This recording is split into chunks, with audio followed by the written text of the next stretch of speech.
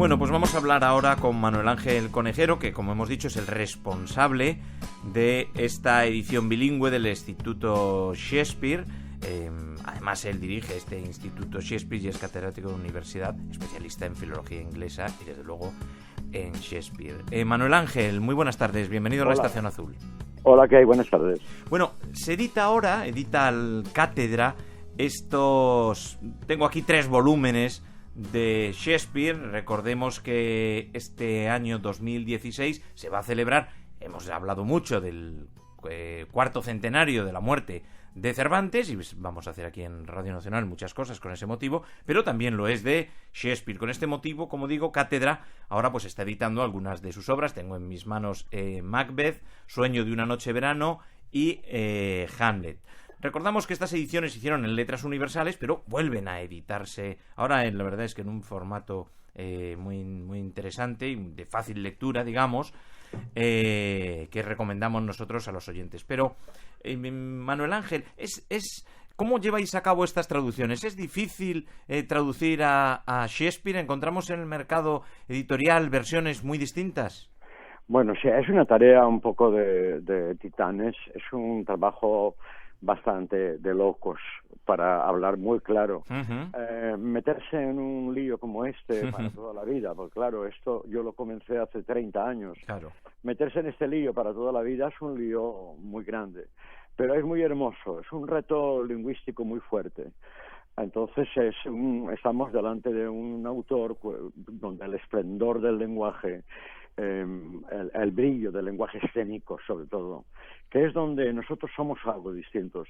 Ese brillo del lenguaje escénico es una locura de hermoso, ofrece unas grandes posibilidades y unos retos muy fuertes para quien se pone delante de ellos.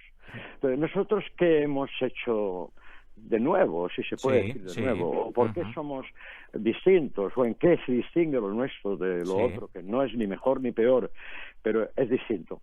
Pues porque desde el primer momento se planteó como una labor de traducción de un texto escénico, de un texto para la escena. No como literatura dramática, sino teniendo presente que lo que teníamos delante eran textos para la escena.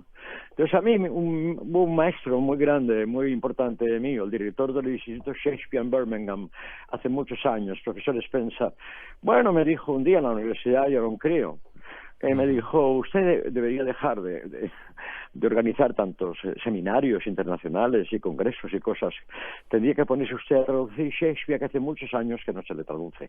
Porque efectivamente era justo después de haber terminado Astrana y después de haber hecho Valverde, su traducción, antes de que hubiera ninguna otra por ahí, que hay bastantes. Y yo dije, sí, hace mucho tiempo ya, ¿por qué debo hacerlo? No se me había ocurrido. Y me dijo, sí que se me ha ocurrido. Me dijo una cosa muy curiosa, que fue un reto. Me dijo, usted debe hacerlo porque usted es un actor. Dije, a ver, veamos. Dice, sí, usted es un actor entrenado. Y soy un catedrático de filología inglesa. Dice, sí, pero usted es un actor entrenado, ¿sí o no? Yo, sí, yo antes he sido un actor entrenado. He hecho ese trabajo, he hecho esos estudios, y luego pensé que tenía que hacer una cátedra. Dice, pues es porque usted es un actor entrenado. Por lo que lo tiene que hacer, no porque sepa usted inglés. Porque inglés sabe quien tenga que saber, pero no tiene por qué traducir Shakespeare. Y me parece que sería la oportunidad de que usted se enfrentara a esto con un talante que no fuera un talante de ver dónde está la riqueza del vocabulario solo, cuáles son los niveles sintácticos, cuáles son los niveles poéticos, morfológicos, bien, todo eso es muy importante, naturalmente es muy importante, pero esto es un texto para el escenario. ¿Usted por qué no hace esto? Y yo lo empecé a hacer al día siguiente. Empecé a hacerlo al día siguiente. Y empecé con el Rey Lear, que es una cosa muy complicada, pero empecé con el Rey Lear. Entonces pensé que eso yo no debía hacerlo yo solo. Pensé desde el primer momento que entonces me acompañaba y me acompaña todavía el profesor Talens. Sí, Genaro Talens, es un poeta muy importante. Sin duda alguna. Era compañero de pasillo, compañero del despacho de al lado, compañero de edad, de generación. Y dije, Genaro, hemos de hacer esto.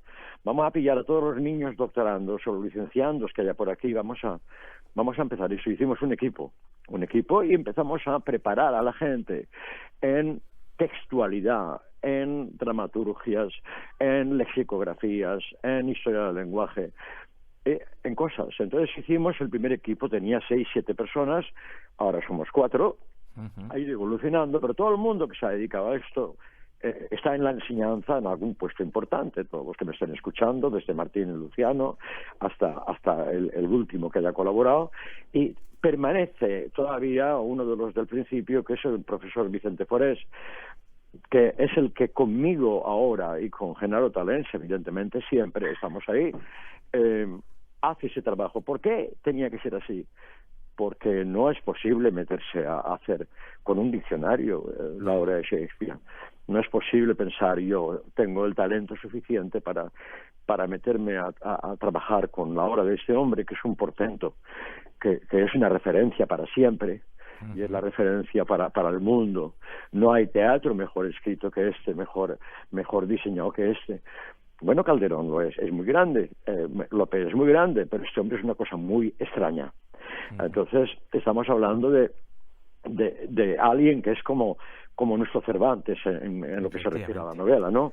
Es decir, alguien que de pronto se inventa las novelas. Bueno, pues eso es lo que pasa con este hombre.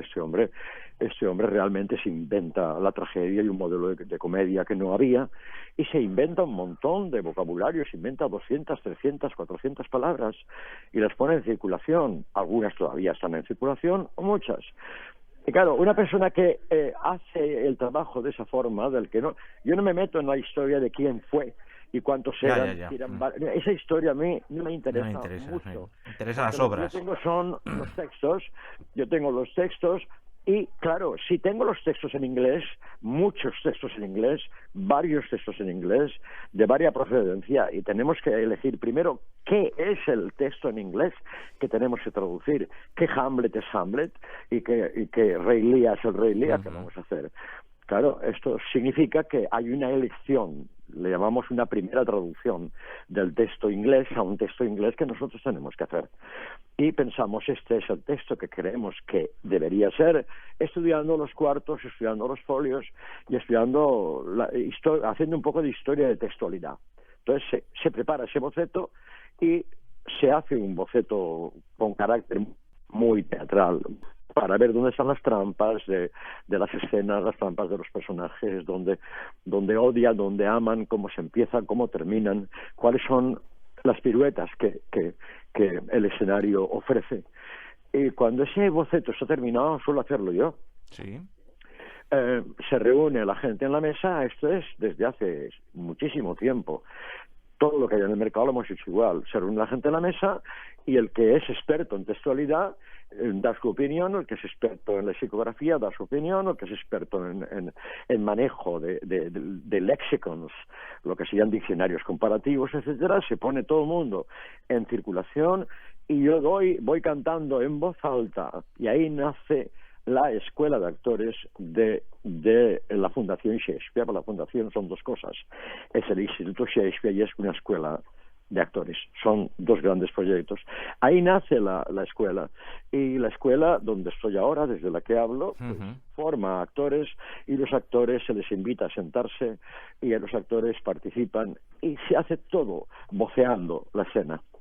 Entonces el experto en esto o en lo otro me dice, eso no debe ser así, eso no puede ser así, eso no es como dices, aquí hay otro autor que dice tal, aquí hay uno del 18 que dice tal, aquí otro del 19 que dijo tal, y entonces vamos buscando por qué razones hemos de poner lo que ponemos y por qué razón sería importante hacer el mismo número de versos en inglés, en español que en inglés, para que la intensidad sea la misma.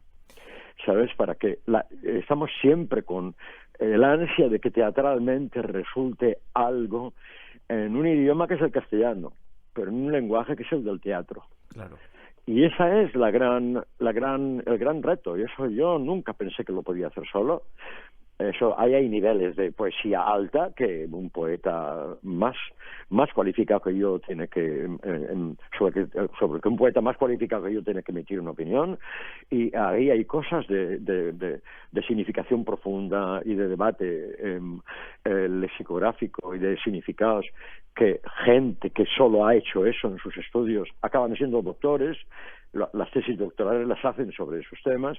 Entonces, claro, toda esa gente que sabe más que yo de lo que se han preparado, aunque yo dirija el trabajo de sus tesis, va proporcionando la información y yo voy decidiendo, sí.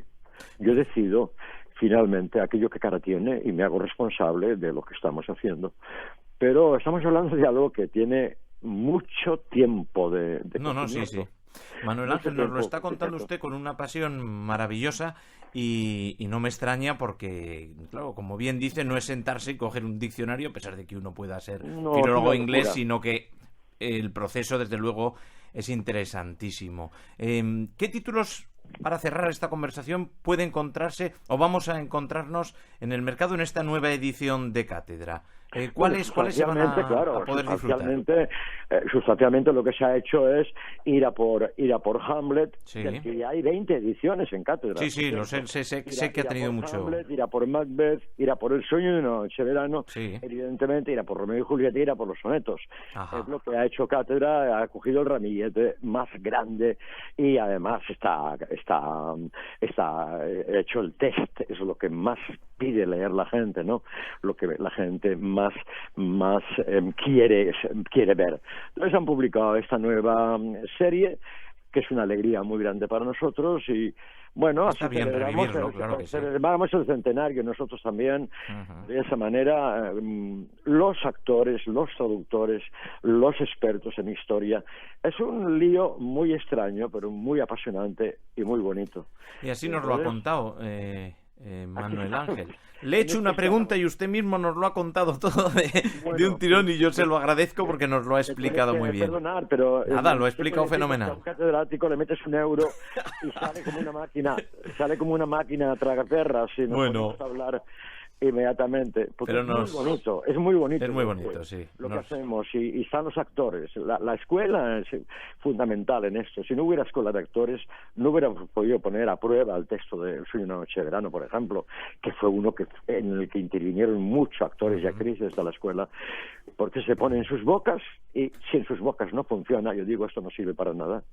No funciona la boca de nadie, vamos a cambiar esto. Y esa es la cosa. Pues Manuel Ángel Conejero, muchísimas gracias. Está bien que el lector se pueda reencontrar en esta nueva versión y colección de algunos de las obras de Shakespeare. Ya digo, yo aquí tenía este Sueño una noche de verano, Macbeth, Hamlet, y también podemos tener sus sonetos, sus poesías. Ahí tienes el ramillete, ahí tienes la gran selección. Pues gracias a vosotros. Gracias, muchas gracias. Y felicidades una vez más por este trabajo, que aunque lo hizo hace años, está muy bien volverlo a recuperar. Pues miles de gracias a vosotros y un abrazo. Un abrazo.